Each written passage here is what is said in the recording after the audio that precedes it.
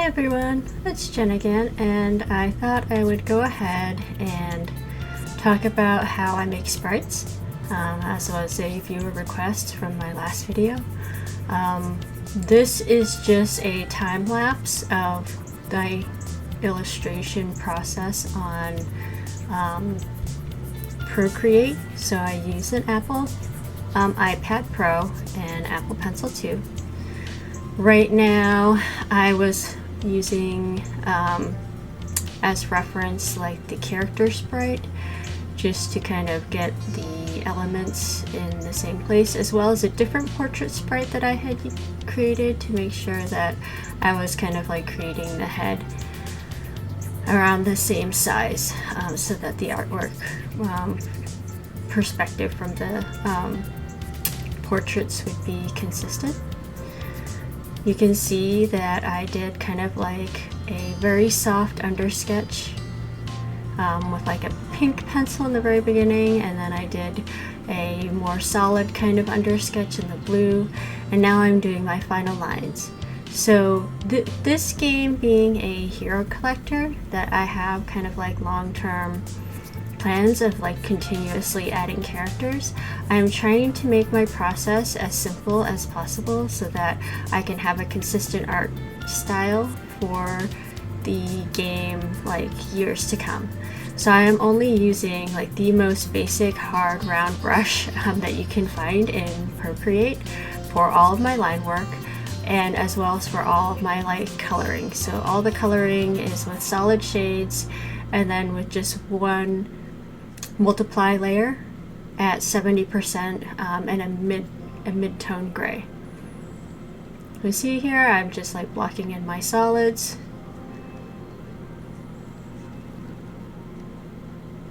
This is on a layer that's underneath the line layer to preserve the lines. So each one of these body parts is like with the head, and then the eyes are on a separate layer so that I can swap those out during my animation for like closed eyes. I make a mid kind of open eye, like a lazy looking eye, and then a wide eye. So I usually use like 3 different eyes for the portrait set that I can kind of swap out. If you use the vector animation, like mesh transform eyes too much, then the eyelashes start to look like pretty distorted. So I find that I can like stretch and squash them a little bit, but not like narrowing the eye as much as I want, like from a wide eye drawing.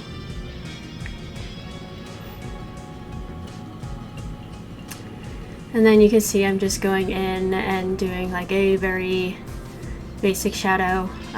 It's just one mid-tone gray. Then again, I'm putting on a multiply at 70%. And I'm trying to stick to just that one layer for the very simple kind of like coloring, so that I can repeat this process later on, like perhaps like years from now, going like months and months between like doing sprites, and I don't have to like really remember how to do this process because it's like very simple. Again, I'm just using a syrup brush and Procreate, which is sort of like the most hard edge solid brush set I was able to find.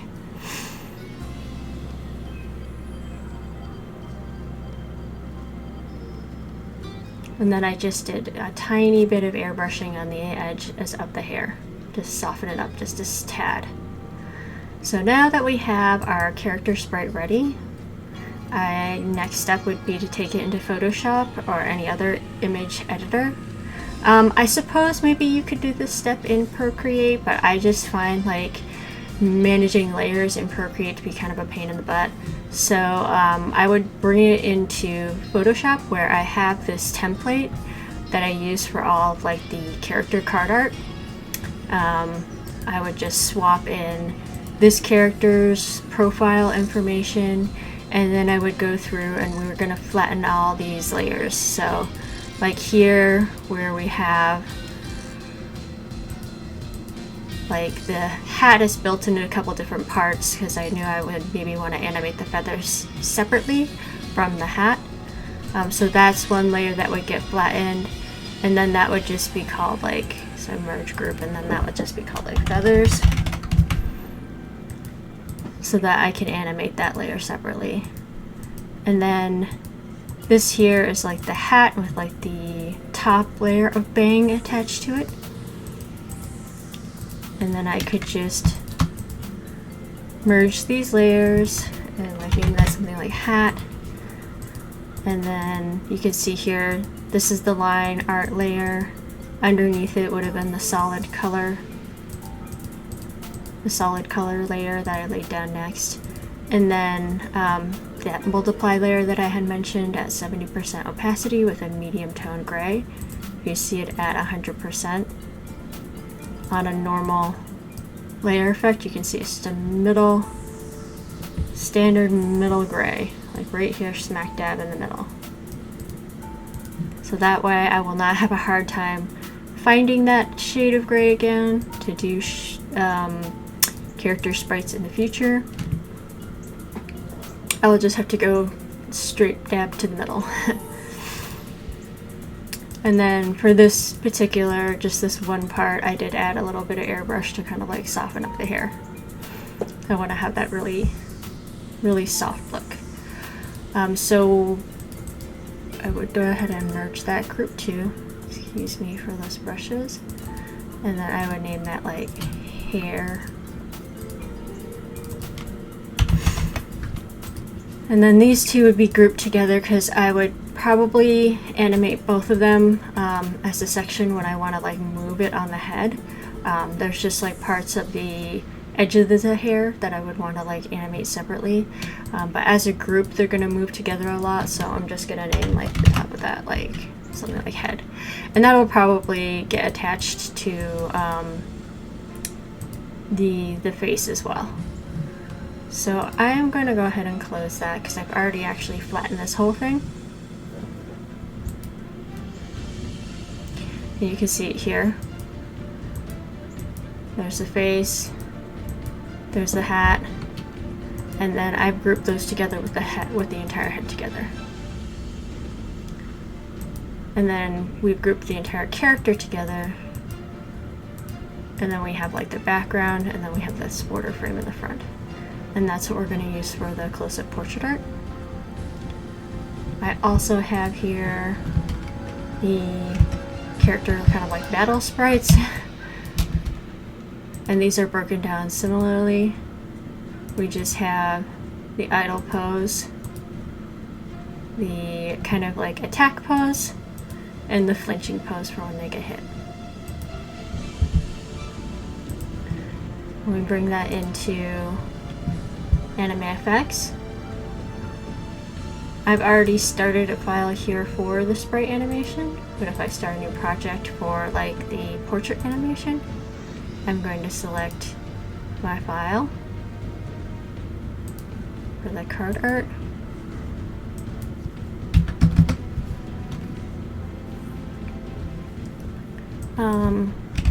I have these set to be 3 seconds, I think.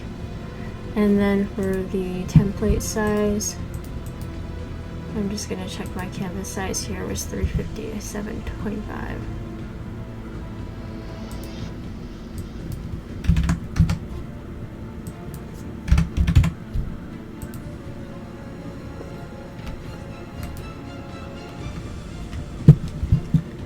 And then I can just save this project as,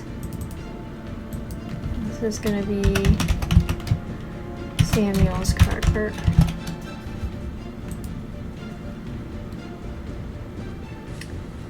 That layer can get turned off. Doesn't really matter. I'm going to start with the idle animation for this. And I think we're just going to move the entire sprite just a little bit. So maybe 10 pixels. Well, I have my first keyframe there. And these are actually, let me zoom out a little bit. So my midway point is going to be here. This is where we're going to have the most extreme part of the pose.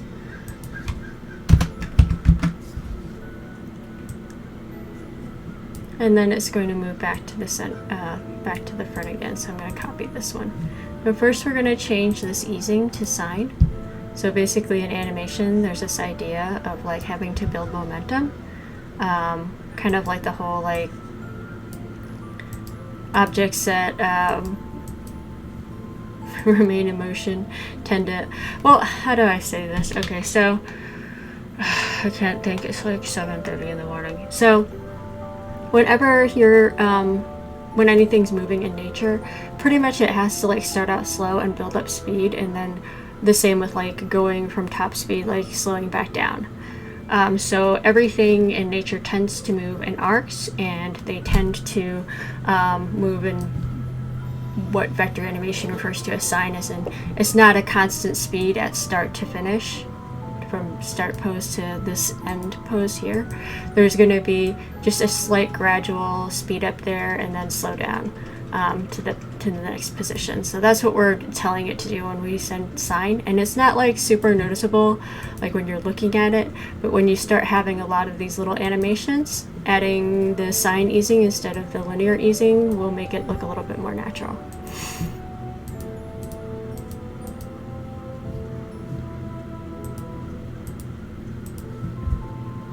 Just trust me on that.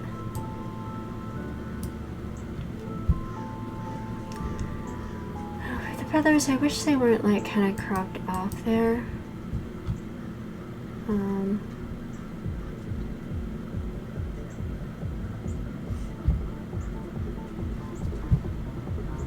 We'll probably just do a mesh deform. I was gonna originally have them be boned, but I think it's just gonna be better this way.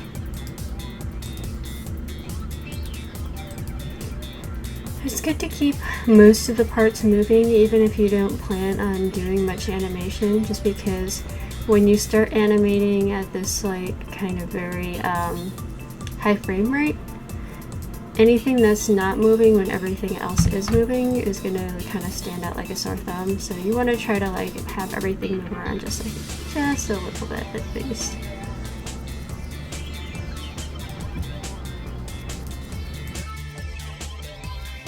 Okay, here I am going to add a portion where the eyes are going to disappear. I'm going to change that right to 0. And this is where we're going to add in, it's going to be no transition to this frame. We're just going to completely snap into it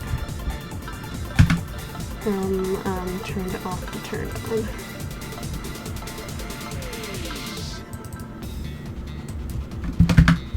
In case there's something showing underneath. We want these to swap places at exactly 0.5 seconds.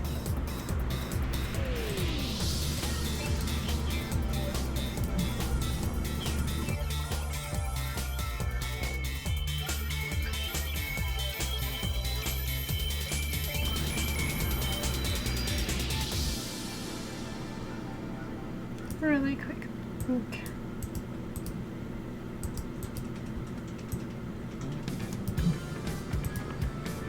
You guys see my blink here, and I'm just really quick on there. Yeah.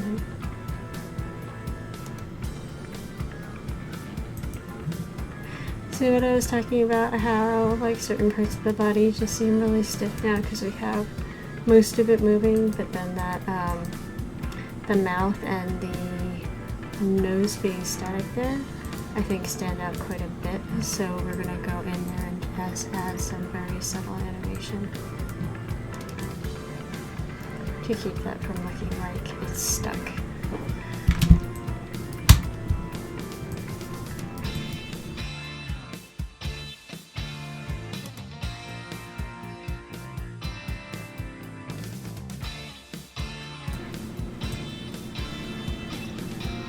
Generally speaking, about a shape, if you push into the sides, you think about something having like a consistent mass.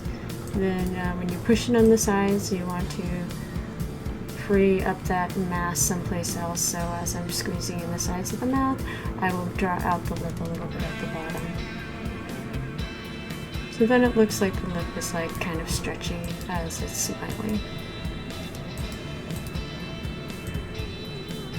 subtle difference, but it's those types of differences that kind of like make animation feel a little softer or more convincing.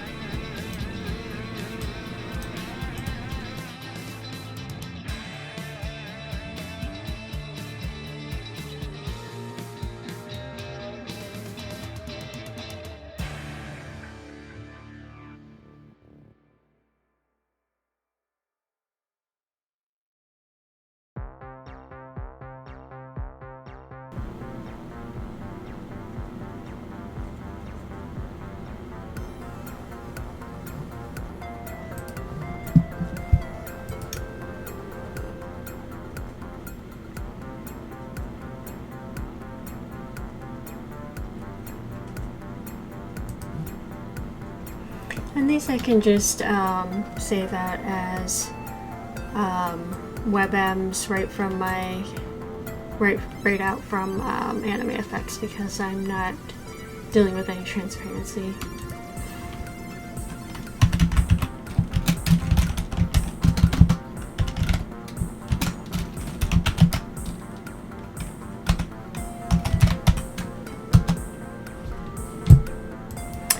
Export at 30 frames per second.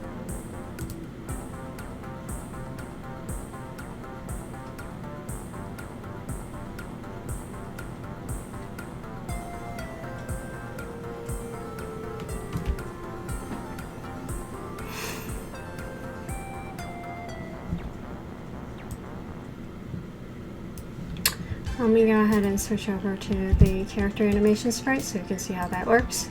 Very similar. What are you doing again? This whole thing we're going to shift over. I guess I could have had these all grouped together so that I can move them together. So these are all at 150.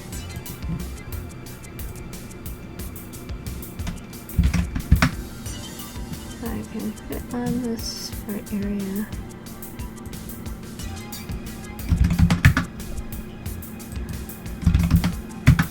Okay, and then all of them were scaled down just a little bit too, 88%.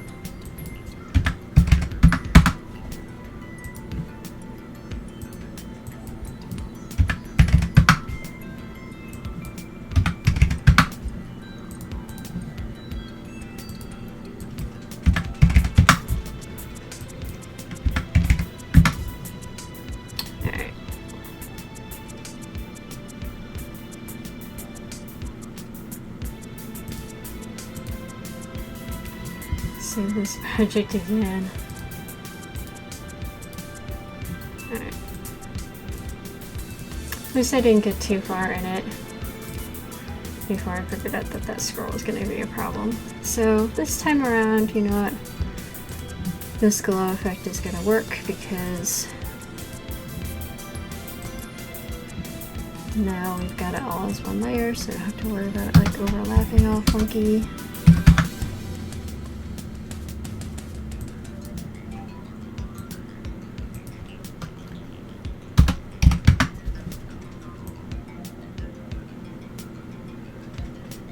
Now it's just gonna keep going like back and forth. I can make that a little less right there, I think.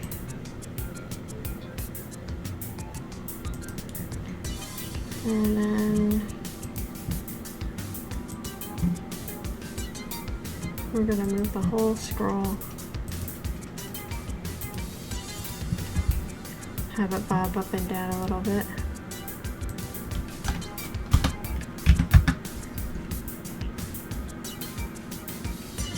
And then when it reaches this point,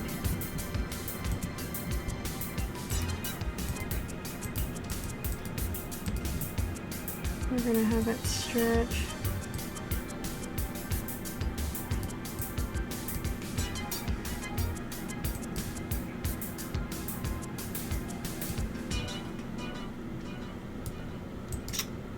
Dang it, I forgot again. I need a keyframe there.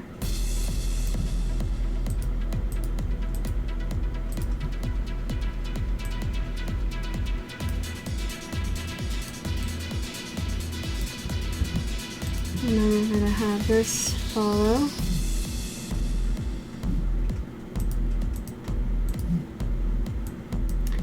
Keyframe.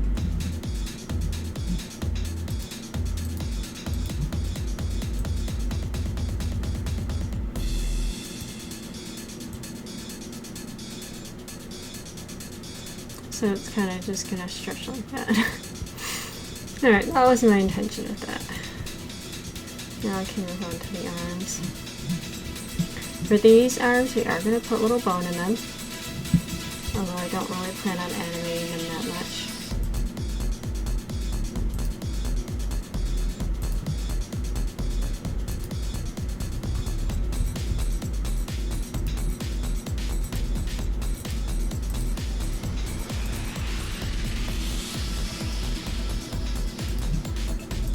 This is the area of deformation effect. You want to make sure your limb is completely in there with some overlap.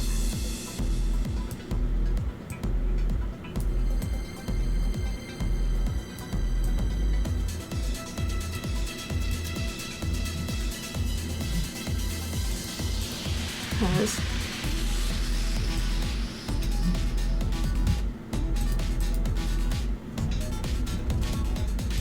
Go back over here.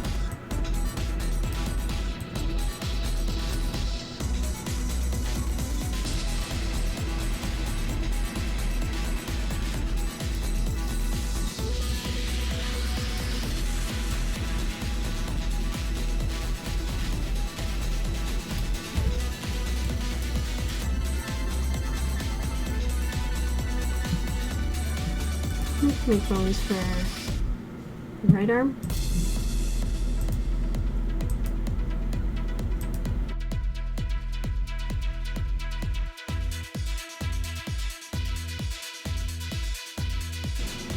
It's not going to be moving that fast when it animates.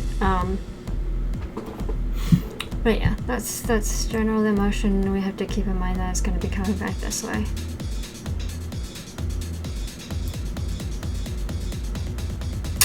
Now one thing with these sleeves is I want them to be kind of like billowy, a little bit. So I'm going to go and add a little bit more deformation around where that kind of like slack would be.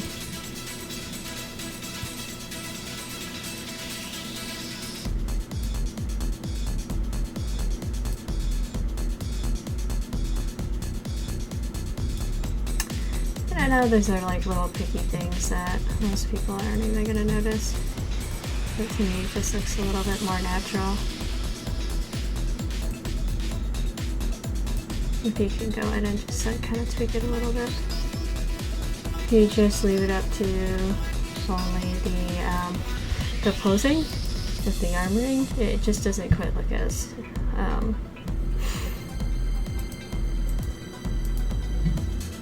just looks a little more stiff, a little bit more mechanical. When you can add that mesh deformation, it gives a little bit of that imperfection.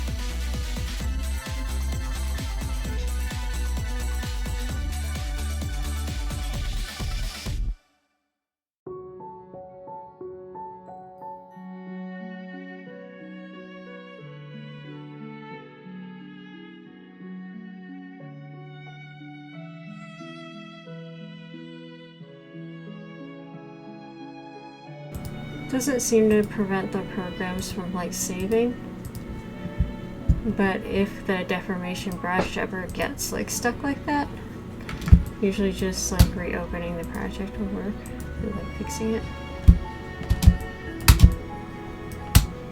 Sometimes it especially happens when you have like a large brush.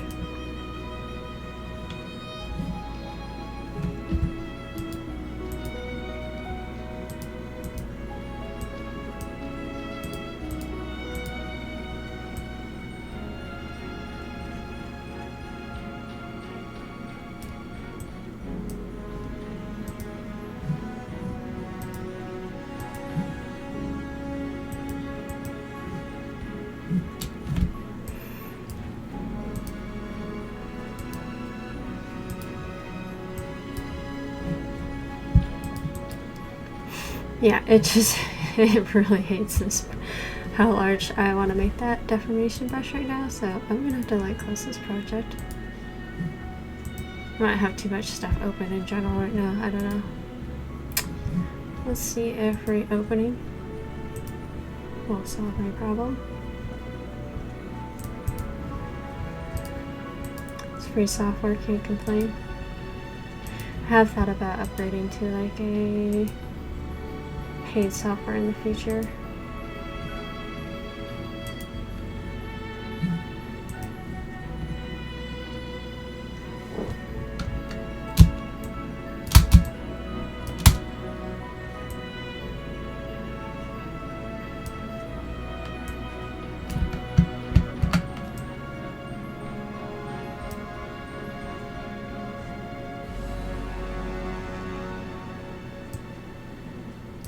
Again, just want to give a little sense of like the little gluiness to that fabric.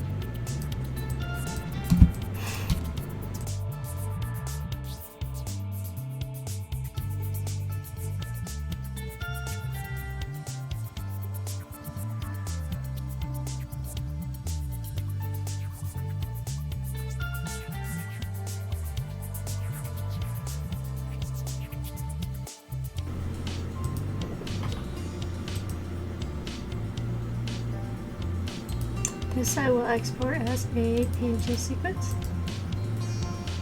And give me a folder for it.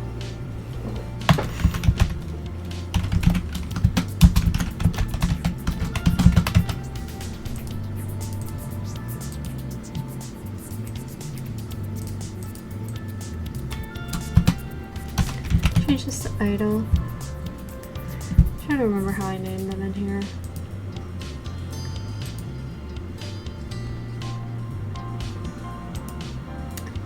Yeah, this is sprite. Again, we just have 6 images. So to export this half a second, we're just gonna do it at 10 frames.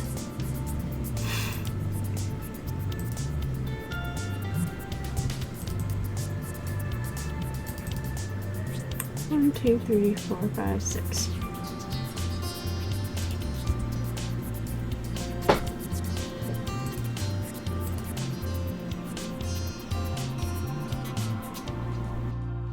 Hi everybody, I'm back. So I finished implementing the new character, Samuel the Graceful Oracle. He is an air priest, and his special is Pacify. He has a 55% chance of negating triple bonus and 40% chance of negating double bonus. And for every bond level, this trigger has an extra 5% chance to occur. At level 4, he should have like a 60% chance of blocking double bonuses and an 75% chance of blocking a triple bonus. Well, let's go ahead and test it out.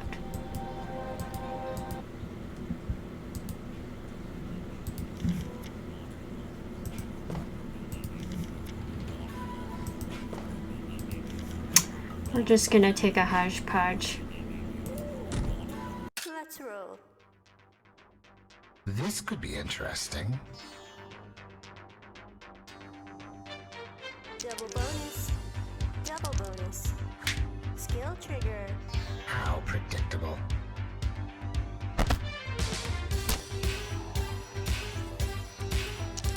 Double bonus. Skill trigger.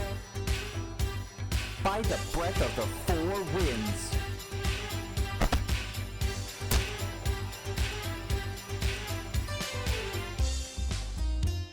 Double bonus.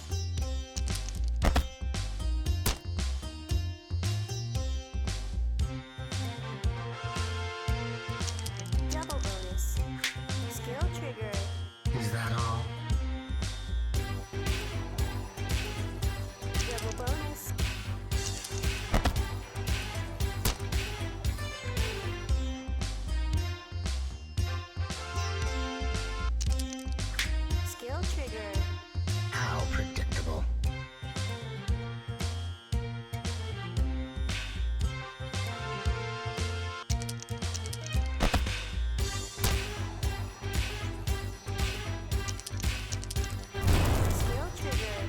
this.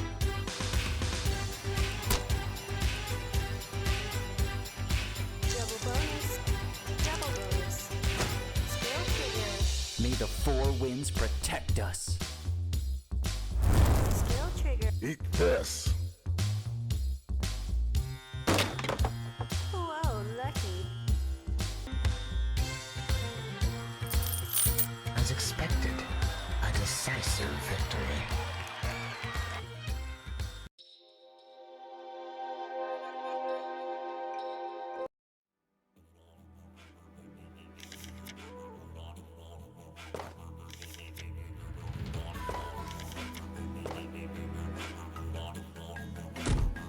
Let's roll.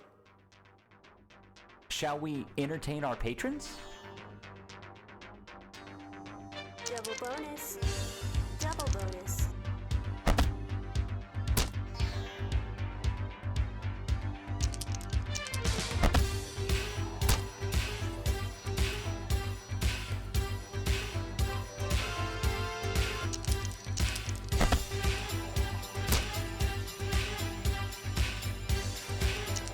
Double bonus. Skill trigger. May the four winds protect us. Triple bonus. Double bonus. Try again. Such a pity.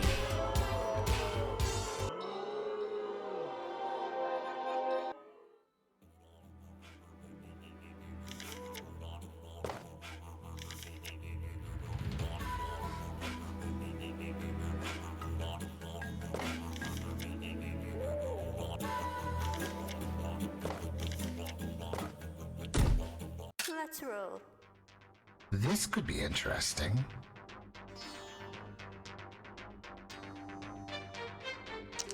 Double bonus. Skill trigger. How predictable.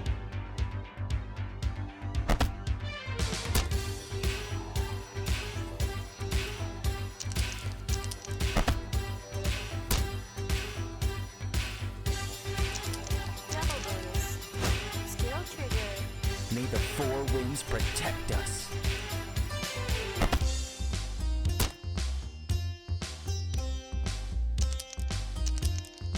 Skill trigger. Eat this.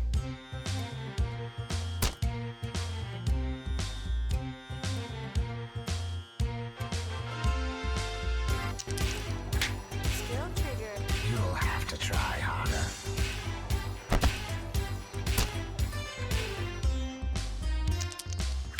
Skill trigger. Is that all?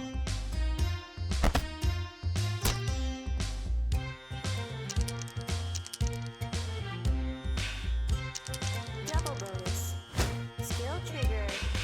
By the breath of the four winds.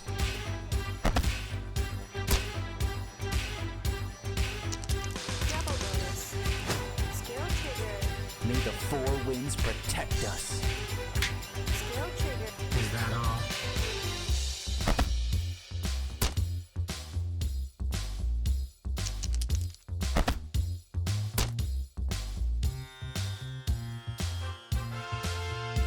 Double bonus. Skill trigger. How predictable. Whoa, lucky.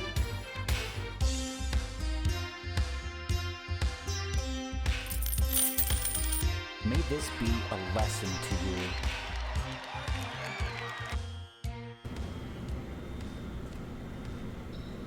Well, that's the new character. I hope you guys look forward to more updates and have a great weekend if you're working on any projects. Enjoy the process. Bye.